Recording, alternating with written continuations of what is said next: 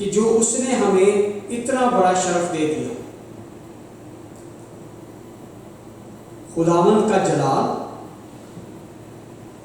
اس کی پاکیزگی اور انسان سے پیار.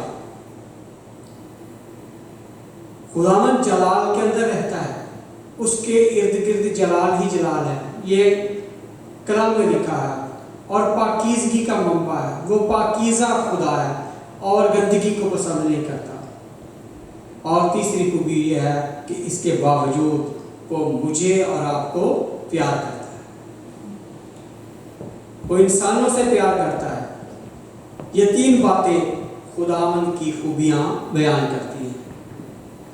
میرے عزیزو، خداوند نے انسان کو بنایا اپنی رفاقت کے لیے، اس کی حمد کرنے کے لیے، لیکن نافرمانی کے گناہ نے جو آدم سے سرزد ہوا، انسان کو خدا کے جلال سے محروم کر دیا.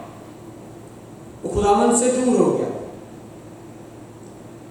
پھر بھی خداوند نے انسان کو نہیں چھوڑا. اس نے اپنے بیٹے کو بھیجا، بنائے عالم سے ذبح کیے ہوئے بلے کو، اپنے بیٹے کو بھیجا تاکہ وہ اس خلا کو پر کرے جو آدم کی نافرمانی کی وجہ سے خدا اور انسان کے بیچ میں آ گیا تھا. اور قاضی صاحب نے بہت دفعہ پچھلے دنوں میں اسی بات پر میسج دیا تھا، انسان اور خدا کی رفاقت کا، کس طرح سے خدا نے انسان کو پیدا کیا.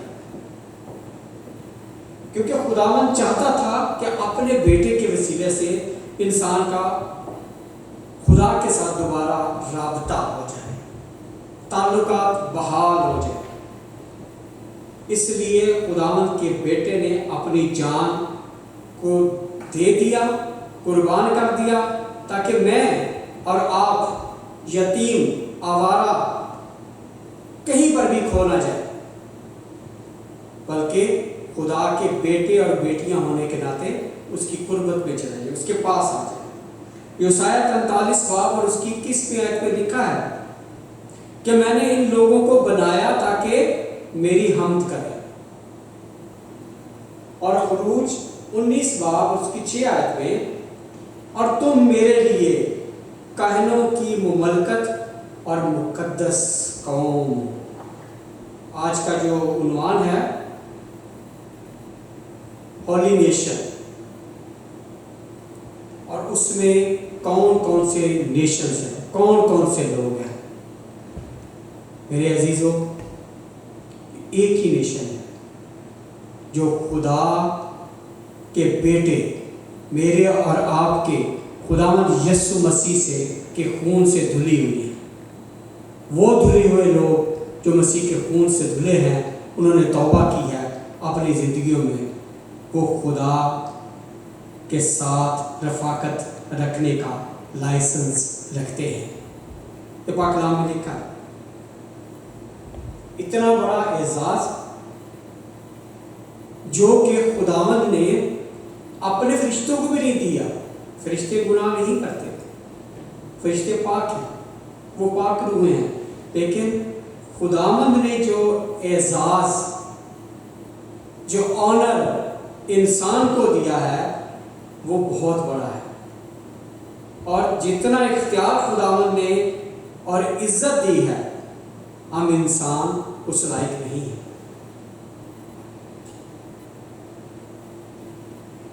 لیکن میرے عزیزو، انسان ہوتے ہوئے ہم اس بات کو نہیں سمجھتے، نہ خداوند کی قربانی کو، نہ مسیح کے خون بہانے کو، اور نہ ہی ہم خداوند کے پاک کلام کی طرف آتے ہیں. بہت سارے سپلٹ لائف گزارتے ہیں. بہت سارے مسیحی، بغیر قوموں کی بات بھی نہیں کر رہا، کسی اور قوم کی بات نہیں کر رہا، مسیحیوں کی بات کر رہا، اپنی اور آپ کی بات کر رہا کہ سپلٹ لائف ہم لوگ گزارتے ہیں ایز اے مسیحی. سارے نہیں، چند لوگ ہیں، چند پاس پاسبان ہیں جو خداوند کے ساتھ وفاداری کے ساتھ چلتے ہیں،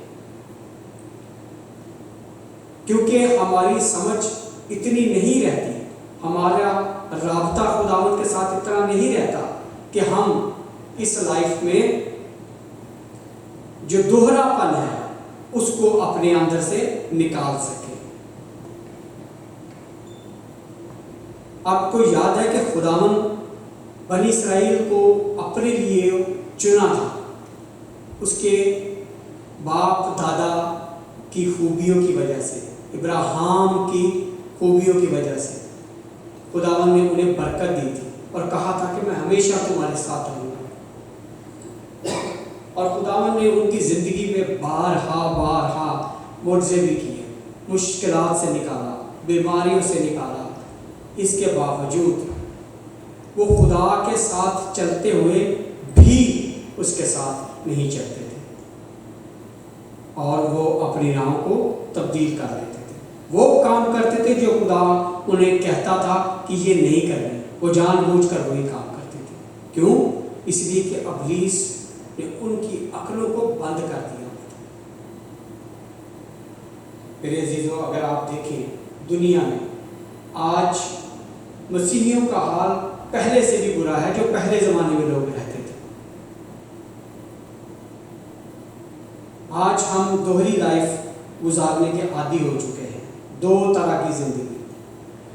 ہم چاہتے ہیں کہ خداوند کے ساتھ، بہت سارے مسیحیوں کی بات کرتا ہوں جس میں شاید میں بھی شامل ہوں، ہم چاہتے ہیں کہ خداوند کے ساتھ ہمارا تعلق اور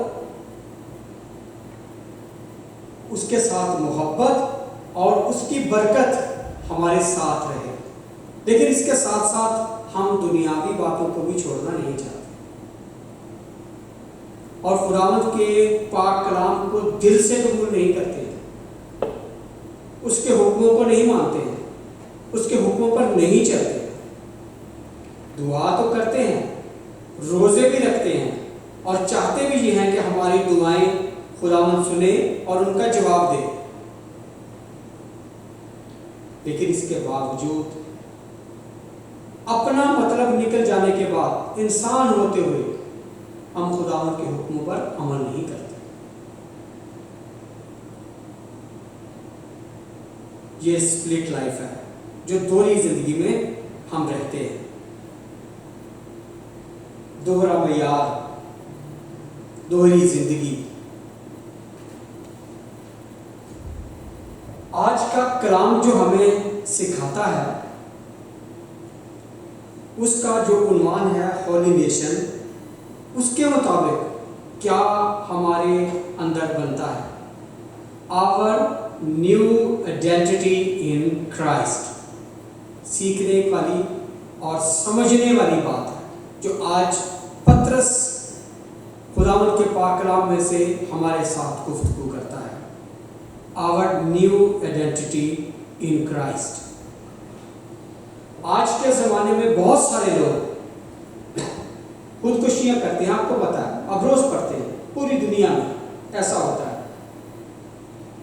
بجائے مسیح کے پاس آنے کے بہت سارے لوگ وہ خداوند یسوع مسیح کا نام سننا گوارا نہیں کرتے، اس میں ساری نیشنز شامل ہیں۔ خداوند یسوع کے نام سے دور دور بھاگتے ہیں، فضول قسم کی باتیں خداوند کے لیے کرتے ہیں۔ آپ جوانوں کو دیکھیں، اسپیشلی ٹین ایجرز کو۔ ٹین ایجرز جو ہوتے ہیں وہ اپنی مستی میں رہتے ہیں، جوانی سے جب وہ بڑاپن میں جاتے ہیں، بڑے ہوتے ہیں، تو بہت سارے ایسے لوگ ہیں جو اپنی آئیڈینٹی تلاش کرنی شروع کر دیتے ہیں کہ میں کون ہوں، میں کیوں اس دنیا میں آیا ہوں، میرا مقصد جینے کا کیا ہے۔ صرف اسی بات سے بہت سارے لوگ اپنا جواب نہ پا کر خودکشی کر لیتے ہیں، نشہ کرتے ہیں، ڈرگز لیتے ہیں، لیکن خداوند کا کلام نہ وہ سننا چاہتے ہیں، نہ وہ سنتے ہیں، بلکہ اس سے دور بھاگتے ہیں، بلکہ اس کی مخالفت کرتے ہیں۔ یہ ابلیس کا وہ کام ہے جو ہمیں اس نئی زندگی سے روکتا ہے۔ کیونکہ لوگ اپنے جینے کا مقصد ڈھونڈتے رہتے ہیں، کلام کی طرف نہیں آتے۔ میرے عزیزوں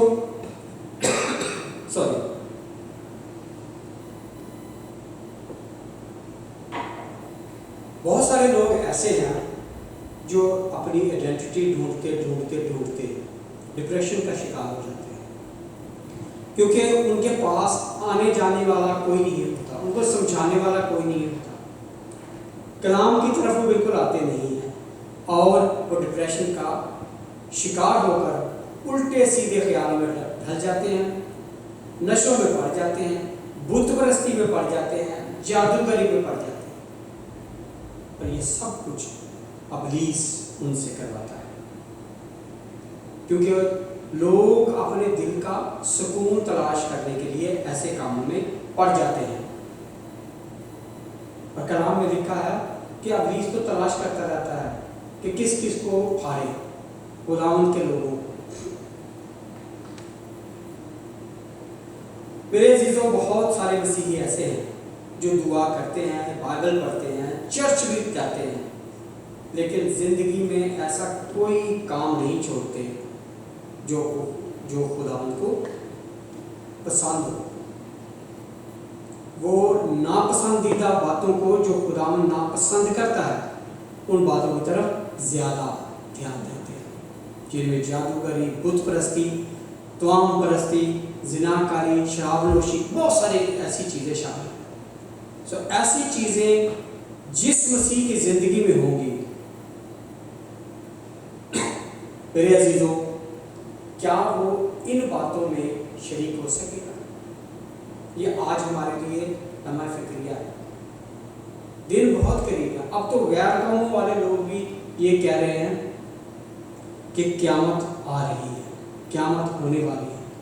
ابھی کل میرے ساتھ ایک پاکستانی بزرگ عورت تھی جو یہاں سے تھینستا گئی تھی، تو وہ بھی اسی طرح کہہ رہی تھی کہ بیٹا جی، ایک قیامت آ چکی ہے۔ جو دنیا کے حالات ہیں، جو بچوں کے حالات ہیں، جو معاشروں کے حالات ہیں، جو پاکستان اور ہندوستان کے حالات ہیں، جو سویڈن کے حالات ہیں، آپ کسی بھی طرح سے کسی بھی مرحلے میں کوئی دیکھ لیں، کوئی خدا کے پاس آنے کی بات نہیں کرتا، بلکہ لوگ اپنے کاموں میں پڑے ہیں۔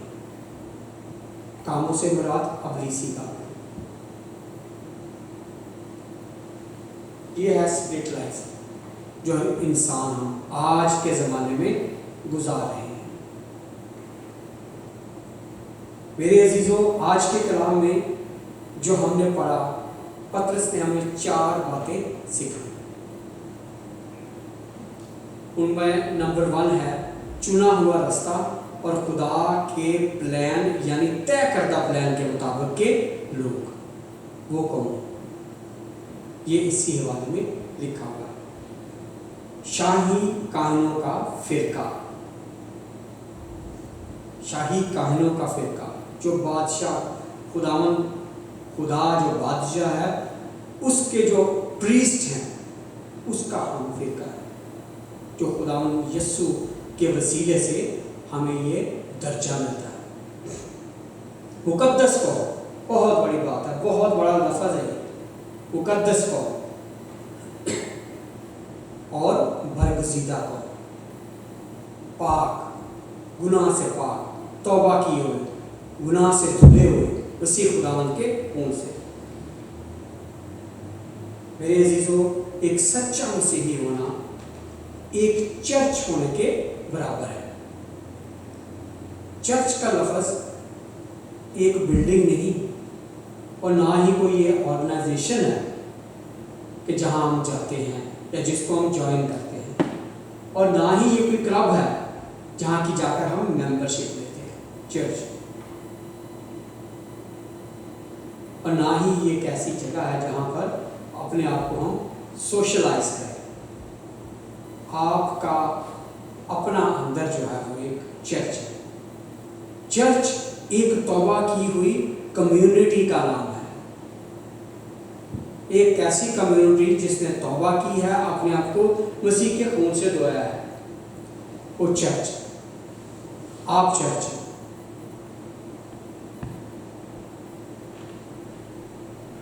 یا وہ سارے لوگ جنہیں مسیح خداوند نے اپنی خدمت کے لیے بلایا۔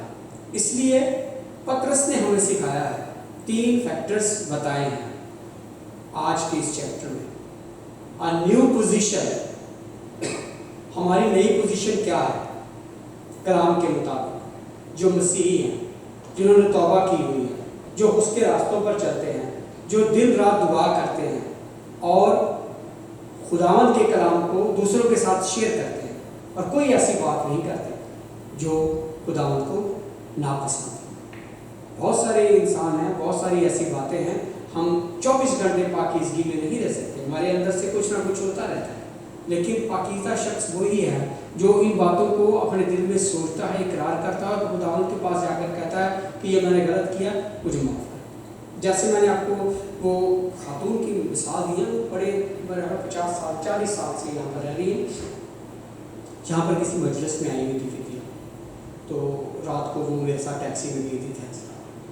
وہ اپنی ساری باتیں جو تھیں، وہ مسلمان تھی اور وہ اپنی ساری باتیں کر رہی تھی، لیکن جو کچھ ہمارے معاشرے میں ہے، جو کچھ آج پاکستان میں ہو رہا ہے، پولیٹیکلی ہو یا ویسے لوگ بے حیائی کا دور، وہ سارا میرے ساتھ بیان کر رہی تھی۔ اس کے ساتھ ساتھ وہ بار بار بیٹا مجھے معاف کر، اللہ تعالیٰ مجھے معاف کر، بیٹا مجھے معاف کر دے، میں نے یہ بات کی۔ میں نے کہا آپ کون سی غلط بات کر رہے ہیں؟ آپ تو جو بھی آپ نے بات کی ہے وہ ٹھیک کر رہی ہیں۔ اس لیے میرے عزیزو، جو مسیح خداوند کے خون سے دھلے لوگ ہیں اور بار بار اپنی ہی غلطی کو دہراتے نہیں بلکہ خداوند کے پاس جا کر کہتے ہیں کہ خداوند میرے سے یہ بات غلط ہوئی ہے، تو مجھے معاف کر، خداوند معاف کرنے والا بات۔ پطرس کے مطابق جو 3 فیکٹرز ہیں ہماری لائف میں، ایک مسیحی لائف میں، a new position، یہ نیو پوزیشن کیا ہے؟ کلام میں لکھا ہوا ہے کہ تاریکی سے اپنی عجیب روشنی میں بلایا ہے خدا نے مجھے اور آپ کو۔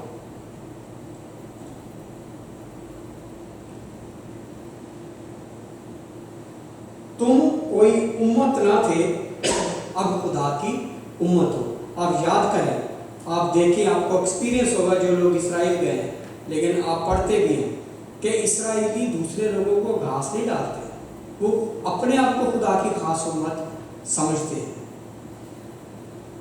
لیکن میرے عزیزو، مسیح خداوند نے اپنے خون کے بہانے سے اور جو اس کو لے کر دھل جاتا ہے، اس کو اپنے لیے عجیب روشنی میں بلایا ہے۔ اسی لیے خداوند کہتا ہے کہ تم کوئی امت نہ تھے، کوئی قوم نہ تھے، کوئی نیشن نہیں تھے، لیکن اب خدا کی امت، اس کے بیٹے کے خون کے وسیلہ سے۔ دوسرے، a new purpose، ہمارا پرپس چینج ہو جاتا ہے جب ہم مسیح کے بن جاتے ہیں۔ اور یہاں پر لکھا ہوا ہے نیو پرپس کیا ہے؟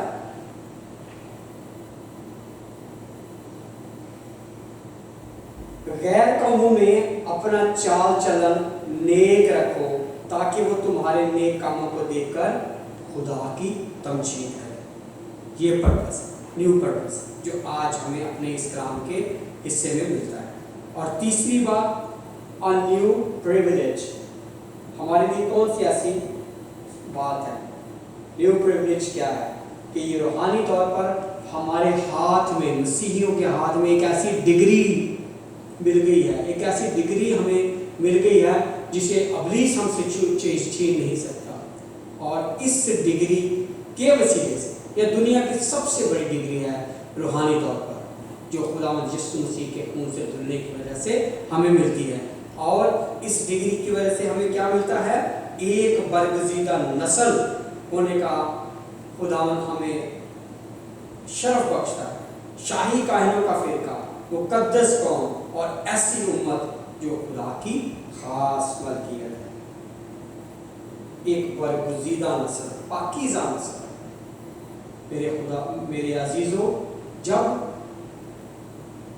ہم اپنی اس ایڈنٹی کو پہچانتے ہیں تو ضروری ہے کہ ہمیں اس ایڈنٹی کے اندر رہ کر اپنی زندگی کو گزارنا ہے۔ اسی ایڈنٹی کے الفاظ کو یاد رکھنا ہے، ان کو غور سے دیکھنا ہے اور اپنے دل میں جگہ دینی ہے کہ ایک مسیحی ہوتے ہوئے میں کس طرح سے یہ چیزیں کروں گا تو مجھے ایک برگزیدہ نسل، شاہی کائنوں کا فرقہ، مقدس قوم اور ایسی امت جو خدا کی خاص ملکیت ہے اس میں شامل ہونے کا شرف ہو۔ ہمارے پاس ابھی بہت وقت ہے، وقت آخری ہے، لیکن وقت خداوند ہمیں روز دیتا ہے، صبح سے لے کے شام تک، رات سے لے کے صبح تک خداوند ہمیں یہ وقت دیتا ہے کہ ہم سوچیں کہ کیوں ہم اس میں شریک نہیں ہو سکتے اور کیوں ہم اس میں شریک ہو سکتے ہیں، کیسے۔ یہ میرے اور آپ کے لیے لمحہ فکریہ ہے، کیونکہ مکاشفہ کی کتاب اگر آپ پڑھیں گے تو اس کے اندر لکھا ہے صاف صاف کہ ابلیس اور اس کے چیلوں کا انجام کیا ہوگا۔ لیکن شکر ہو خداوند کا، اس کے کلام کا، اس کی باتوں کا، اس کے بیٹے کا، اس کے خون کا، اس کے وسیلے سے آج ہمیں اتنا بڑا شرف حاصل ہوا، اتنی بڑی ڈگری ملی کہ ہم اس کے بیٹے اور بیٹیاں کہلائیں۔ خدا اللہ صاحب کو برکت دے۔ آئیے اپنے سروں